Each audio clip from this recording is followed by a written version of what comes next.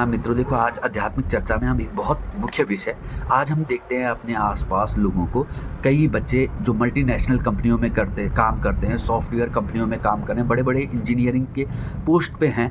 लेकिन उनके क्या है, 5-5 लाख रुपए मंथली उनकी सैलरी है, लेकिन उनके चेहरे की मुस्कान गायब है। मतलब वह आनंद नहीं है ना। और देखो आप जो एक 1000 5,000 रुपए महीने की नौकरी कर रहा है, वह व्यक्ति उनको ज़्यादा आनंदित दिख जाएगा। तो ऐसा कारण क्या है? इसका मतलब धन से तो आनंद नहीं है, ये तो मुख्य रूप से बात है। क्योंकि वो 5,000 जो मंथली कमा रहा है, वह बहुत आनंदित दिख रहा है। एक किसी केस की बात कर रहा हूँ, और वो 5 लाख कमाने वाला डिप्रेशन में है, तो ऐसा क्यों हुआ? तो सबसे पहले देखो, इन चीज़ों को हमें समझना है। हमने अपने जीवन को, क्योंकि हमारे जीवन का उद्देश्य यह है, आध्यात्मिकता का उद्देश्य ही यह है कि अपने जीवन को उज्ज्वल बनाना। और शिक्षा का जो प्रारंभिक, अगर आप शिक्षा की परिभाषा पढ़ो, तो शिक्षा की परिभाषा यह है कि जो आपको मुक्त कर दे। मुक्त मतलब समस्त बंधनों से जो मुक्त कर दे, वास्तविक रूप से शिक्षा वही है। तो जब शिक्षा लेने के बाद भी हम परेशान ज़िंदगी जी रहे हैं, तो इसका मतलब या तो हमारी शिक्षा गलत है, या हमारा जो जीवन जीने का तरीका है वो गलत है। दोनों में से एक बात तो निश्चित रूप से है। लेकिन अब प्रश्न यह है कि अब हम अपने जीवन को कैसे आनंद में, क्योंकि भाई प्रत्येक व्यक्ति के जीवन का उद्देश्य यही होना चाहिए कि अपने जीवन को आनंद में कैसे बिताए। और आप हो ना किसी कार्यालय में, और आपका साथ कोई आपका फ्रेंड है, अगर वो डिप्रेशन में है, तो इसको मैं मानता हूँ कि निश्चित रूप से आप में भी कमी है। क्योंकि आपका अगर सहयोगी डिप्रेशन में जा रहा है, तो इसका मतलब आपका व्यवहार क्या है ना, निश्चित रूप से आप भी सही व्यक्ति नहीं हैं।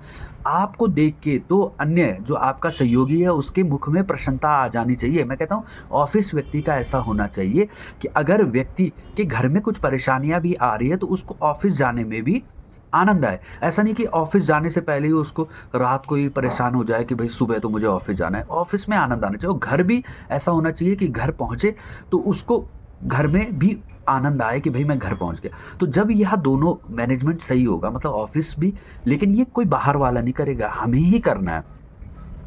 अब मुख्य बात है कि हम कैसे करें। तो सबसे पहले ना, हमारी जो आदत बन चुकी है लोगों के बारे में परसेप्शन बना देने की, कि भाई यह बुरा है। दो लोगों ने हमें बोला कि ये व्यक्ति तो बहुत बुरा है, तो हमने अपने माइंड में वो बात बैठा दी, और हमने उसको परखा नहीं, हमने उसको जाना नहीं, लेकिन हमने उसके बारे में एक परसेप्शन बैठा दिया। और कभी भी उसने हमारे साथ कुछ बोला, थोड़ा-सा भी, तो हमें मतलब उस परसेप्शन पे हम आ गए कि वाह! इसने भी बोला था ये बुरा है, और हम उससे भिड़ गए। और उससे भिड़ गए कि उसके बाद बात इतनी बिगड़ी कि हम खुद परेशान हो गए। तो सबसे पहले जो भी काम ऑफ़िस में, जो भी लोग काम कर रहे हैं, बड़ी-बड़ी कंपनियों में कर रहे हैं, उनको ये ध्यान रखना है कि हम किसी के बारे में कोई परसेप्शन नहीं बनाएँ। जब हम किसी के बारे में परसेप्शन नहीं बनाएँगे, तो पूर्व में देखो, सबसे बड़ी बात क्या है कि हमें किसी को देख के हमारे मन में अगर दुर्भावना आ जा रही है ना, तो हमारे चेहरे में साफ दिख जाएगा। आप सोच रहे हो कि नहीं पता चलेगा, नहीं, अगर आपको किसी को देख के सद्भावना नहीं है, तो आपका जो चेहरा है, क्योंकि भई विष तो आपके भीतर भरा है ना, तो विष आपके भीतर भरा है, तो वो आप ही को खत्म करेगा। तो इसलिए किसी के प्रति भी कोई परसेप्शन मत बनाओ। अब दूसरी बात है कि आपने परसेप्शन नहीं बनाया, लेकिन किसी ने आपके साथ गलत काम कर दिया। तो दूसरा, अपने को इतना रिजिड ज़रूर रखो कि आपके साथ कोई ऐसी बातें नहीं कर सके। देखो, बिल्कुल आपको ऐसा नहीं बनना है ना, देखो आप बिल्कुल ही ऐसे मत बनो कि दूसरे पे बिल्कुल ऐसे समर्पित हो जाओ कि आप थोड़ा-सा भी झटका लगने पर आप दुखी हो जाओ। देखो, अपना आपका व्यक्तिगत जीवन है, आपका व्यक्तिगत आनंद है, इसको बर्बाद करने का आपको किसी को हक देना नहीं चाहिए। आपके जीवन का एक ऑब्जेक्टिव होना चाहिए, मैंने सीखना है, लेकिन ये नहीं है कि कोई आपको डिस्ट्रॉय कर दे, इतना भी आपको लचीला नहीं बनना है। और उसके लिए लड़ने की आवश्यकता नहीं होती। जो आपको लगता है कि आपको ज़्यादा प्रभावित करने की कोशिश कर रहा है, आपका अहित करने की कोशिश कर रहा है, उससे बिल्कुल दूरी बना दो, उसको अवॉइड कर दो। और जब उसको आप अवॉइड कर दोगे, तो निश्चित रूप से वह रास्ते पर आ जाएगा। किसी से लड़ने की कोई ज़रूरत इसमें नहीं है। लोग लेकिन दूसरा रास्ता अपनाते हैं, सीधा लड़ाई झगड़े का, तो ऐसा करने की कोई ज़रूरत नहीं है, बस उसको अवॉइड कर दो। और पहला, किसी के बारे में परसेप्शन ना बनाओ। तीसरा, आप कभी भी किसी से मिल रहे हो ना, तो आपके चेहरे पे मुस्कान होनी, और नकली मुस्कान नहीं, आप प्रसन्नता का भाव रखो ना, कि ईश्वर तो, जो सर्वत्र ईश्वर विराजमान है, वो इसके भीतर भी तो ईश्वरत्व विराजमान है।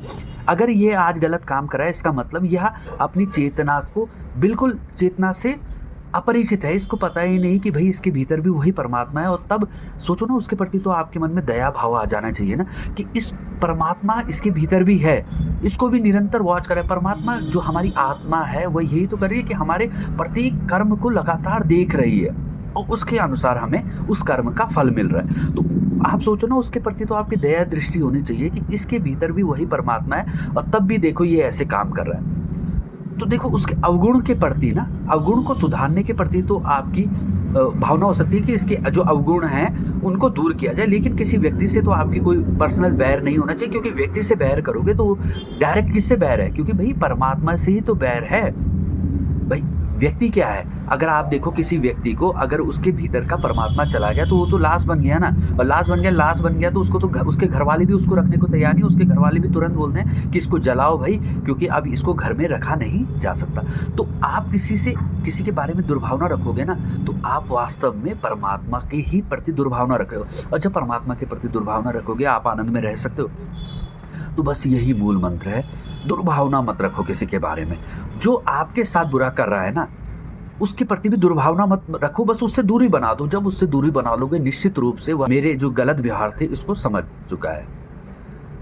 लेकिन अगर आप लगातार दुर्भावना रखोगे तो आप ही इतना प्रभावित हो जाओगे, आप ही डिस्टर्ब हो जाओगे। ठीक है? अब देखो लोग कहते हैं कि भई अब जो हमने शुरू की थी बात कि इतने लाखों रुपए लड़के कमा रहे हैं बड़ी-बड़ी मल्टीनेशनल कंपनियों में, लेकिन सुखी नहीं है। आप देखो ना भगवान शिव को, जिनके पास सब देने की, सब कुछ प्राप्त करने की सामर्थ्य है, लेकिन खुद कहाँ बैठे हैं? हिमालय में बैठे हैं और अपने पास एक वस्त्र भी नहीं रखा, और जो आया ना उसको वो दे दिया। देवताओं सबको सिर्फ दिया, क्योंकि जब व्यक्ति देना सीख जाएगा ना तो वह स्वयं आनंद स्वरूप हो जाएगा। आप कोशिश करो देने की, मतलब हड़पने की मत सोचो। जिस दिन आप हड़पने की सोचोगे वो दुखी हो जाओगे, और जब आप देने की सोचोगे ना, सहयोग करने की सोचोगे, सहयोग का भाव रखो, अरे इसको नहीं आता तो इसके प्रति सहयोग का भाव रखो, तो निश्चित रूप से प्रसन्नता आपके भीतर ही है, कहीं बाहर से आने वाली नहीं है। मैंने आपको बता दिया 5 लाख रुपए कमाने वाला भी प्रसन्न नहीं है, और 5,000 कमाने वाला भी आनंद से जीवन जी रहा है, केवल इसलिए कि उसने अपने को जान लिया है, वो अपने को समझ गया। देखो कबीरदास जी करोड़पति थोड़ी थे, रैदास जी करोड़पति थोड़ी थे, लेकिन उन्होंने अपने को समझा, आत्मदर्शन किया, आत्मज्ञान किया, और निश्चित रूप से सदैव सुखी रहे। लेकिन मैं ये नहीं कह रहा कि आप पैसे मत कमाओ, लेकिन पैसे कमाना तब आपके लिए सार्थक है ना जब आप स्वयं आनंद में हो, और अगर आप खुद आनंद में नहीं हो तो भी देखो कि कितने लाखों रुपए कमाने वाले भी सुसाइड कर देने। तो इसका मतलब क्या है? उनके पैसा किसी काम का नहीं था। जिस पैसे ने उनको सुसाइड करवा दिया तो वो पैसा उनके लिए कुछ काम का है। तो अपने को आनंदित कैसे करना है इसके बारे में काम करो। 1 घंटा अपने लिए दो, सोचो कि मेरे सामने ये परिस्थितियाँ क्यों आई, और निश्चित रूप से देखो धीरे-धीरे जब आत्मदर्शन करने लग जाओगे आप, ये आपको लग रहा होगा कि ये बोलने की बात है, निश्चित रूप से आपको लग सकता है। लेकिन जब आप खुद अनुभव करने लग जाओगे आप परसेप्शन बनाना छोड़ दो दूसरे के बारे में, निश्चित रूप से आपका जीवन आनंदमय होने लग जाएगा। और सबको स्माइल करो, देखो स्माइल, प्रसन्नता यूँ दिखाओ कि तुम भी परमात्मा के स्वरूप हो। भाई है तो सभी परमात्मा के स्वरूप, देखो आपका जीवन कैसे बदलने लग जाएगा। निश्चित रूप से आप अपनी ज़रूर प्रतिक्रिया इस वीडियो में दें। नमस्कार।